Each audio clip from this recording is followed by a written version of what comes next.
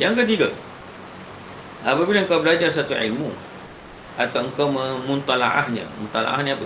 Study lah. Maka sayugianya sepatutnya bahawa ilmu yang engkau pelajari itu akan memperbaiki hatimu dan membersihkan jiwa. Seperti halnya jikalau engkau mengetahui bahawa umurmu hanya tinggal 1 minggu sahaja lagi, maka sudah pasti kau tidak akan sibuk dengan ilmu fiqah yang dalam-dalam dan ilmu khilaf di antara mazhab dan ilmu usul dan kalam yang seumpamanya, kerana engkau tahu segala ilmu-ilmu yang aku sebutkan tadi tidak memberi faedah kepadamu. Jadi dia kata bila mana belajar satu ilmu dan mentalaah, hendaklah ilmu tersebut untuk memperbaiki hati dan bersihkan jiwa.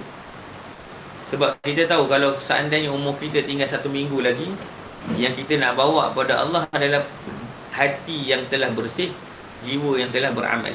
Yang lain-lain tak penting pun. Alim kita, dalamnya ilmu kita tak akan bermanfaat bila mana masuk kubur. Masuk kubur dia nak tengok banyak mana amalan. Masuk kubur dia nak tengok bagaimana bersihnya hati. Maka kerana itu kata Imam Al-Ghazali,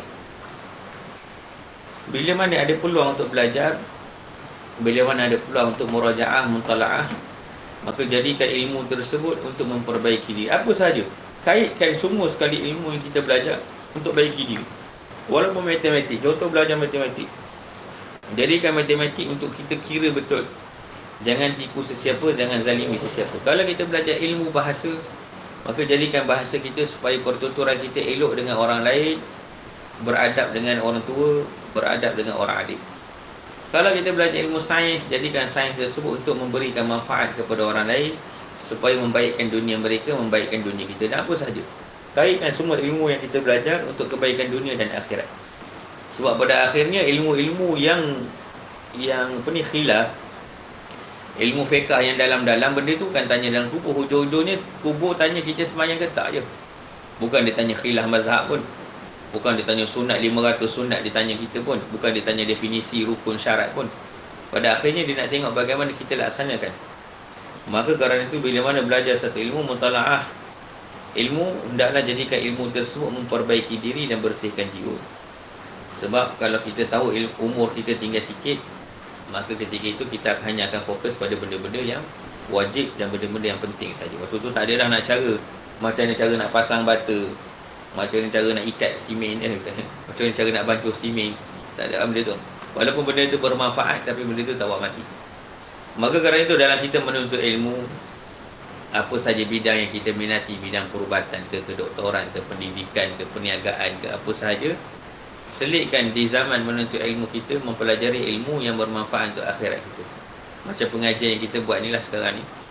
Maka Majlis Ta'lim An-Nur ni adalah salah satu daripada inisiatif yang kita laksanakan, yang kita kerjakan dengan tujuan supaya dalam zaman menuntut ilmu, dalam zaman kita mempelajari ilmu alat, ada juga waktu yang kita luangkan untuk ilmu yang menjadi tujuan maksud kehidupan. Dan bila-bila mana bekerja pun begitu juga nanti. Nanti kita bekerja sebagai apa pun, mungkin kita adalah doktor, mungkin kita adalah engineer, mungkin kita adalah sesiapa, mesti kena ada selit waktu untuk kita punya akhirat kita.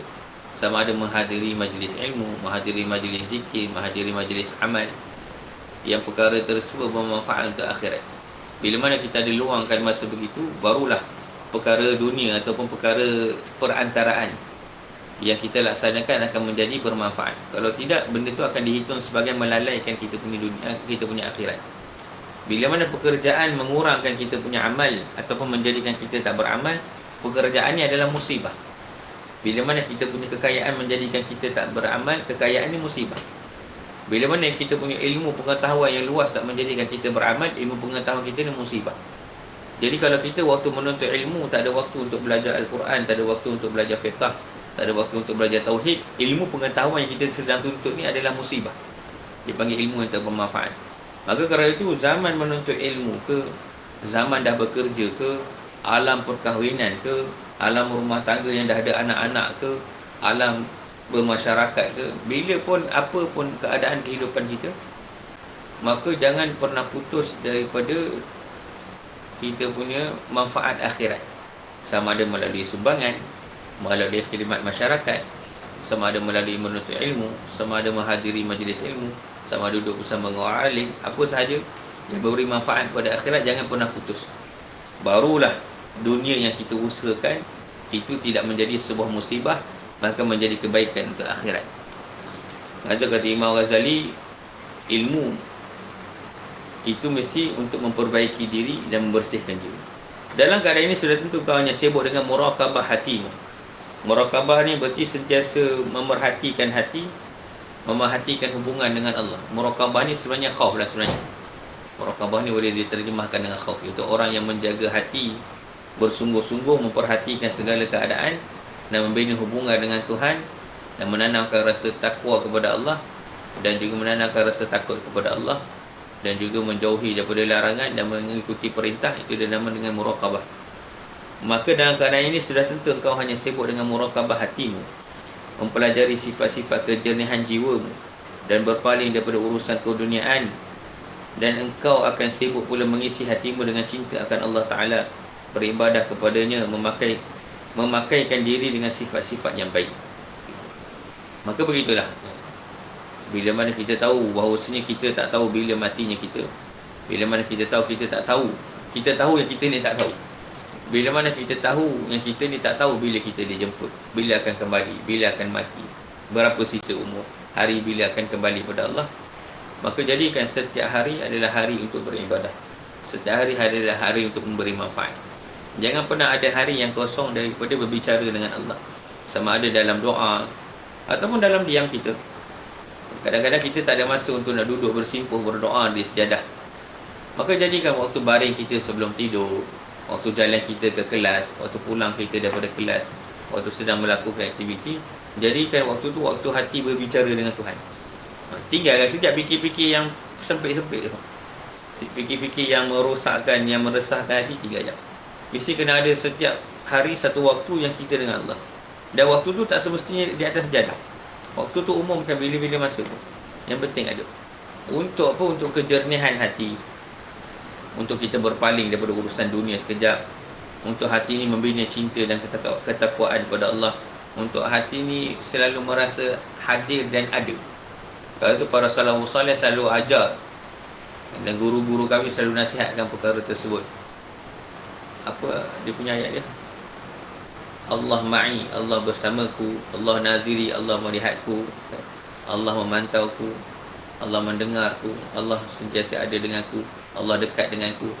Benda itu selalu bercakap. Setiap apa yang kita lakukan, ingatkan dalam hati kita, Allah ada dengan kita, Allah lihat kita, Allah selalu pantau kita, Allah selalu tolong kita, Allah sentiasa ada bila mana susah senang kita. Jadi dengan begitu, bila mana kita setiap keadaan kita sandarkan kepada Allah, kenikmatan yang kita dapat dia tak akan melalaikan, kesusahan yang sedang kita hadapi dia tak akan mengecewakan, dia akan stabil. Bila kita dapat nikmat, kita ingat dalam hati Allah ma'i, Allah bersama dengan kita. Maka ketika itu nikmat tu tak akan mengalir kepada benda-benda yang salah. Bila mana dalam kesusahan ingatkan hati Allah bersama dengan itu, maka kesusahan kita tak bawa kepada putus asa, kerana kita tahu Allah Ta'ala akan gantikan dengan sesuatu, Allah Ta'ala akan balas, Allah Ta'ala akan tolong. Begitu. Wahai anakku yang tercinta, dengarlah nasihatku, nasihat ini baik-baik dan fikirkanlah isinya. Semoga engkau kelak dapat keselamatan. Cuba engkau fikirkan, seandainya engkau telah diberitahu bahawa seorang raja 1 minggu lagi akan memilih engkau sebagai menteri, maka apakah kira-kira yang engkau akan buat selama 1 minggu ini?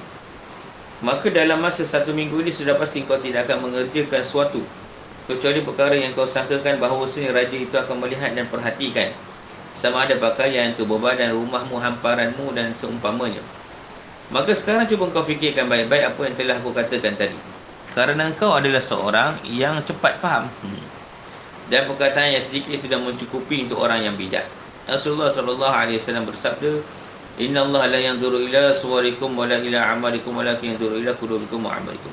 Baik, Imam Al-Ghazali memang terkenal dengan falsafah, terkenal dengan perumpamaan. Maka Imam Ghazali ajak kita buat satu perumpamaan. Katanya kalau kita dijemput oleh raja untuk dilantik sebagai menteri, maka persiapan apa yang kita akan buat untuk berjumpa dengan raja? Tukar sport ring kereta tu, cat kereta, cat rumah dah. Kita akan standby, rambut kena bagi kemas, janggut bagi rapi, begitu. Badan kena bagi fit sikit, kasut kena kilat, baju kena cantik, samping, songkok. Dia nak pergi ngadak raja, dia nak terima anugerah pingat. Persiapan itu kerana nak berjumpa dengan Tuhan, nak berjumpa dengan raja. Maka sebegitu juga persiapan untuk berjumpa dengan Tuhan. Bila mana tahu kita akan dijemput, kita dah tahu apa yang Allah Ta'ala nak nilai, dah tahu apa Allah Ta'ala nak pandang. Maka persiapan tu dilakukan setiap hari di samping pekerjaan harian kita. Kita pekerjaan harian memang ada, tak boleh lagi. Tak bolehlah hidup sehari yang beribadat je, nak makan apa nanti. Begitu. Kita bukannya wali. Kita akan belajar, menuntut ilmu, bekerja, bergaul, berkawan, bersosial, apa sahaja. Tapi kena ingat bahawasanya setiap hari yang berjalan adalah persiapan berjumpa dengan Tuhan. Maka setiap hari persiapan berjumpa dengan Tuhan yang terbaik, jangan tinggal solat. Kena ada waktu zikir, kena ada waktu istighfar, kena ada waktu selawat, kena ada waktu baca Al-Quran, kena ada waktu bersedekah, kena ada waktu amal ma'ruf, kena ada waktu nahi munkar, kena ada waktu saling membantu, kena ada waktu saling menasihat, kena ada waktu saling mengajak kebaikan. Walaupun benda itu sikit, jom kita pergi kelas, jom pergi surau jap, jom pergi majlis ilmu jap, jom begitu, jom bangun awal esok. Walaupun benda itu berbentuk begitu saja, tapi itu adalah mengajak kepada kebaikan dan menghidupkan agama dalam kehidupan. Maka kerana itu, bila tahu hidupnya akan dijemput oleh Tuhan, jadikan setiap hari persiapan, walaupun sedikit. Jangan setiap hari semakin jauh. Pastikan setiap hari semakin dekat dan bertahan. Semakin dekat dan bertahan. Dan apa yang kita nak dekatkan? Yang kita nak dekatkan adalah untuk persiapkan apa yang Allah Ta'ala pandang. Inna Allah la yanzuru ila suwarikum wala ila a'malikum wala yanzuru ila qulubikum wa a'malikum wa niyatikum. Kerana kita tahu Allah Ta'ala memandang hati dan niat, ataupun Allah Ta'ala memandang hati dan amalan. Allah Ta'ala tak pandang rupa paras. Maka kerana itu hendaklah kita persiapkan amalan dan juga persiapkan hati dan juga persiapkan ketakwaan. Apa itu takwa? Takwa itu takut kepada Allah, beramal untuk hari akhirat, kemudian merasa cukup dengan pemberian Allah, kemudian persiapan untuk hari kematian. Maka setiap hari begitu. Setiap hari adalah untuk persiapan hari kematian. Setiap hari adalah untuk rasa takut kepada Allah. Setiap hari adalah untuk bertambahnya amalan. Barulah selebihnya yang kita buat tu tak jadi musibah. Kalau tidak, setiap hari adalah musibah. Dan jika engkau mahu memperdalami hal-hal yang berkaitan dengan hati, maka hendaklah kau merujuk kepada kitab Ihya Ulumuddin dan lain-lain daripada kitab-kitab karanganku, kata Imam Al-Ghazali. Berarti kitab ni antara kitab akhir Imam Ghazali lah. Kitab-kitab lain semua dah siap dah. Apa nama, Ihya Ulumuddin, apa lagi kitab Imam Al-Ghazali, yang Bidayah Hidayah, semua dah ada. Jadi ini kitab baru lah. Kemudian nasihat yang keempat, nanti ilmu ini, iaitu ilmu kebersihan hati, adalah termasuk ilmu fardu ain, dan yang lain daripadanya adalah ilmu fardu kifayah, kecuali sekadar kau belajar hukum yang berkenaan dengan kesempurnaan mengerjakan kefarduan yang diwajibkan. Mudah-mudahan Allah Ta'ala memberikan taufik kepadamu untuk menghasilkan ilmu-ilmu ini. Maka kata Imam Al-Ghazali, ilmu bersih hati ini fardu ain. Berarti tasawuf ni fardu ain. Tak faham juga macam mana ada orang kata tasawuf ni adalah air longkang, ataupun tasawuf ni sesat, ataupun tasawuf ni tak ada manfaat. Kita bila jumpa golongan yang tolak tasawuf, sifat persamaan mereka ada satu. Golongan yang tolak tasawuf, mereka ada satu persamaan, iaitu perwatakan mereka keras. Mudah salahkan orang, mudah sesatkan orang, mudah tolak orang, tak rasa bersalah untuk aibkan orang, tak rasa bersalah untuk jatuhkan orang. Sebab apa? Sebab dia boleh tolak tasawuf. Kerana kita tahu tasawuf ni ilmu membersihkan hati. Hati bersih takkan cela sesiapa. Hati bersih takkan rendahkan sesiapa. Hati bersih takkan umpat sesiapa. Hati bersih takkan memusuhi sesiapa. Maka yang menolak tasawuf akan terjerumus kepada penyakit hati. Kerana itu ilmu tasawuf menjadi ilmu fardu ain, mesti dipelajari macam mana pun. Dan bila mana kita tahu ilmu fardu ain, maka ilmu fardu ain ini adalah tumpuan yang perlu kita pelajari. Sebelum nak alim ilmu-ilmu yang lain, nak alim sirah ke, sirah pun ada bahagian fardu ain juga, cuma yang basic. Kecuali kata Imam Ghazali, kalau fardu kifayah yang bukan fardu ain, untuk menyempurnakan fardu ain kita, baru kita boleh belajar. Kita dah tahu rukun solat, cuma kita nak tahu macam mana takbir dengan sempurna. Ilmu tu kita boleh belajar.